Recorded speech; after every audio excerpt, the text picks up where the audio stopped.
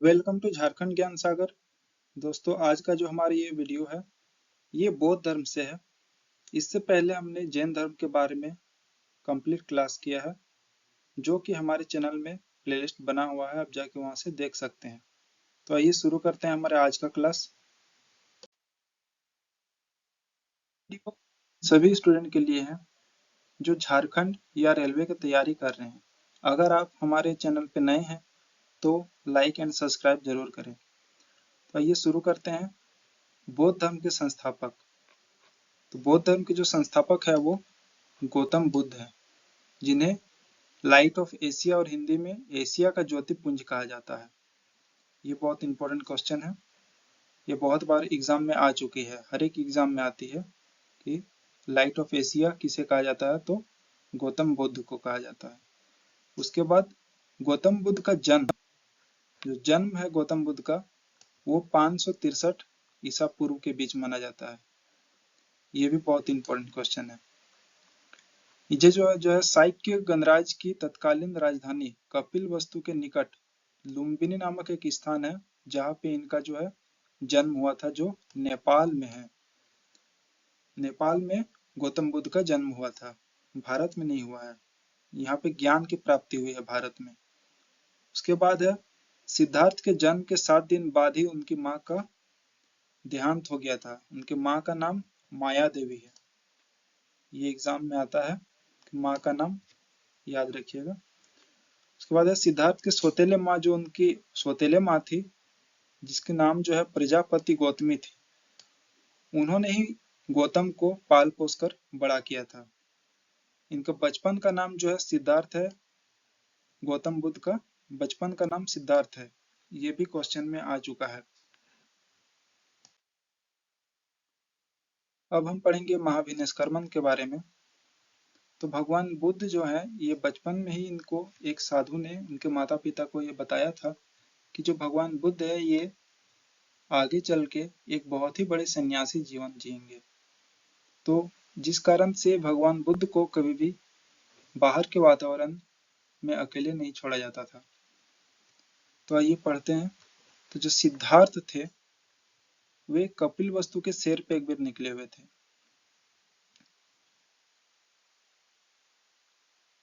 उसी समय जो है उन्होंने एक 4 दृश्य को देखा। पहले जो थे वो बूढ़ा एक व्यक्ति थे, दूसरा एक बीमार व्यक्ति, और तीसरा एक शव, और आखिर में एक सन्यासी जीवन जीने वाले एक सन्यासी को देखा। तो ये जो तीनों दृश्य वो देखे वो काफी कठिन थे, काफी दुख था इनमें। और अंत में एक सन्यासी को देखा जो काफी प्रसन्न थे। एग्जाम में ये पूछा जाता है कि जो भगवान बुद्ध थे वे किन 4 दृश्यों को देखा था, या फिर वो कितने दृश्य को देखा। तो 4 दृश्य को देखे थे। बूढ़ा व्यक्ति, बीमार व्यक्ति, शव और एक सन्यासी। तो सांसारिक समस्याओं से दुखी होकर सिद्धार्थ ने 29 साल की आयु में घर छोड़ दिया। जब भगवान बुद्ध की 29 साल हो रहा था, उसी समय उन्होंने घर को छोड़ दिया, जिसे बौद्ध धर्म में महाविनिष्कर्मण कहा जाता है।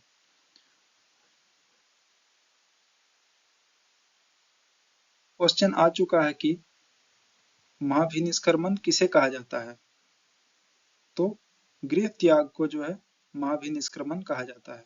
ये क्वेश्चन याद रखिएगा। अब हम पढ़ेंगे ज्ञान की प्राप्ति। भगवान बुद्ध को ज्ञान की प्राप्ति कैसे हुई। तो गृह त्याग के बाद बुद्ध ने वैशाली के अलार कलाम से सांख्य दर्शन की शिक्षा ग्रहण की। ठीक है, अलार कलाम जो है ये भगवान बुद्ध के प्रथम गुरु थे। ठीक है, ये क्वेश्चन आया हुआ है कि भगवान बुद्ध के प्रथम गुरु कौन थे। तो अलार कलाम, ये याद रखना है।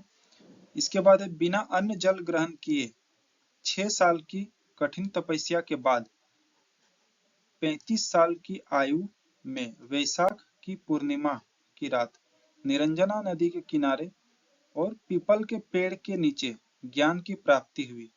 यहाँ से बहुत सारे क्वेश्चन जो है बन रहे हैं कि भगवान बुद्ध ने कितने साल की कठिन तपस्या के बाद उनको ज्ञान की प्राप्ति हुई थी? तो 6 साल की कठिन तपस्या के बाद। ठीक है।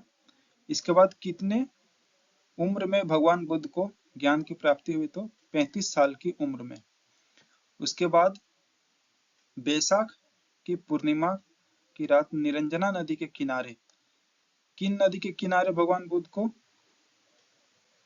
ज्ञान की प्राप्ति हुई? तो निरंजना नदी के किनारे और पीपल के पेड़ के नीचे में। ठीक है। ये भी क्वेश्चन आया है कि किस पेड़ के नीचे में भगवान बुद्ध को ज्ञान की प्राप्ति हुई थी? पीपल के पेड़ के नीचे में। वो जो अपना ध्यान लगाए थे वो पीपल के पेड़ के नीचे ही अपना ध्यान लगा के बैठे हुए थे। ठीक है। और ये नेक्स्ट देखते हैं। अब पढ़ेंगे भगवान बुद्ध की मृत्यु। ठीक है। भगवान बुद्ध की मृत्यु कैसे हुई?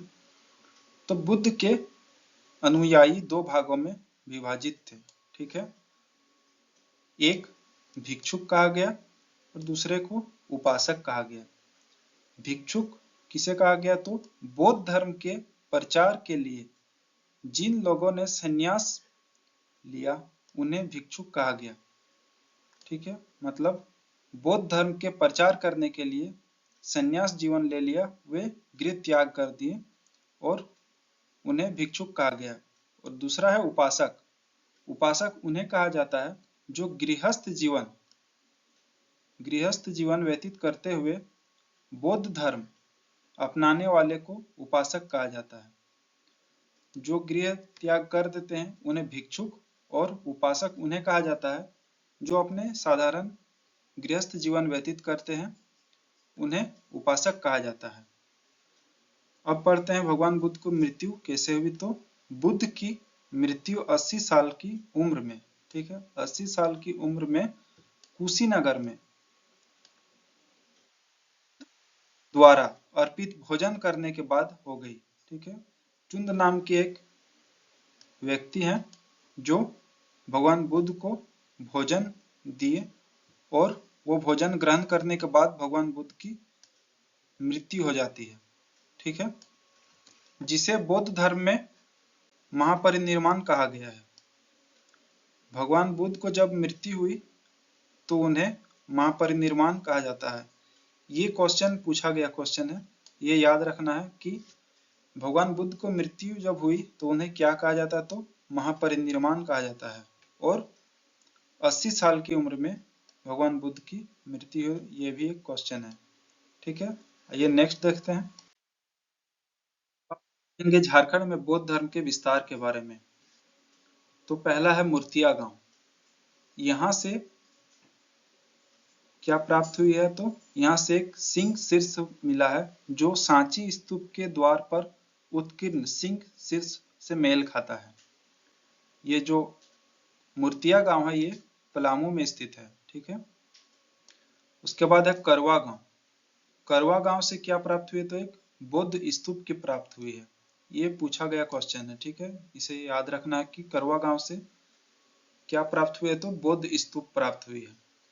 उसके बाद है सूर्य कुंड। सूर्य कुंड जो है झारखंड के हर एक एग्जाम में यहाँ से क्वेश्चन आती है कि झारखंड के सबसे बड़े जल कुंड, वो भी गर्म जल कुंड है, जो कि सूर्य कुंड है। ये हजारीबाग में स्थित है। देखिए यहाँ पे लिखा हुआ है ये हजारीबाग में अवस्थित है। तो यहाँ से क्या प्राप्त हुई है? तो यहाँ से बुद्ध की प्रस्तर मूर्ति मिली है। ठीक है। सूर्य कुंड जो है हजारीबाग में, यहाँ से एक बुद्ध की प्रस्तर मूर्ति मिली है। उसके बाद है बेलवा दाग। यह खूंटी जिले में अवस्थित है। ठीक है।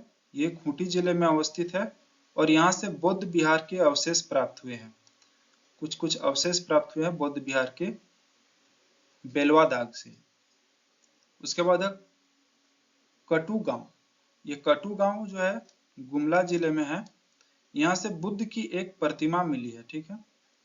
बुद्ध की एक प्रतिमा कटुआ गांव से मिली है जो गुमला में अवस्थित है।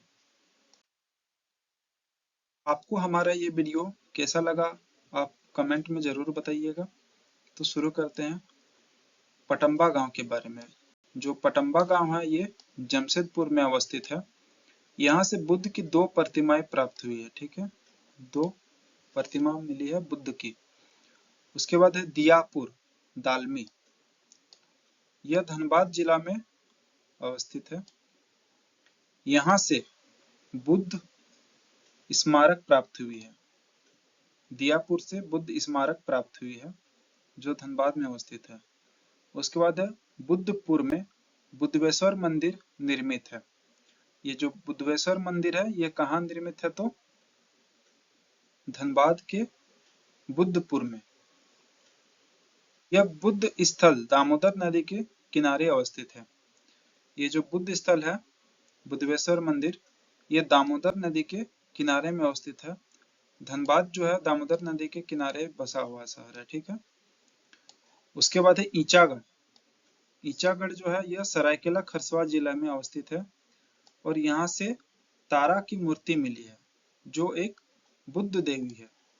इस मूर्ति को जो है रांची के संग्रहालय में रखा गया है, ठीक है। तारा की एक मूर्ति मिली है कहाँ से, ईचागढ़ से, जो कि सरायकेला खरसावां में स्थित है। ये सरायकेला खरसावां जिले में अवस्थित है और इसे रांची संग्रहालय में रखा गया है। उसके बाद सीतागढ़ पहाड़। सीतागढ़ पहाड़ के बारे में हम लोग पहले भी पढ़ा जैन धर्म में, तो यह हजारीबाग जिले में अवस्थित है, पहले भी हमने पढ़ चुका है। और यहाँ से प्राप्त बौद्ध विहार का उल्लेख फाहियान द्वारा किया गया। फाहियान जो है एक चीन के व्यक्ति थे, ठीक है। यहाँ से भगवान बुद्ध की 4 आकृतियों वाला एक स्तूप मिली है। भगवान बुद्ध की 4 आकृतियों वाला एक स्तूप मिली है सीतागढ़ पहाड़ से।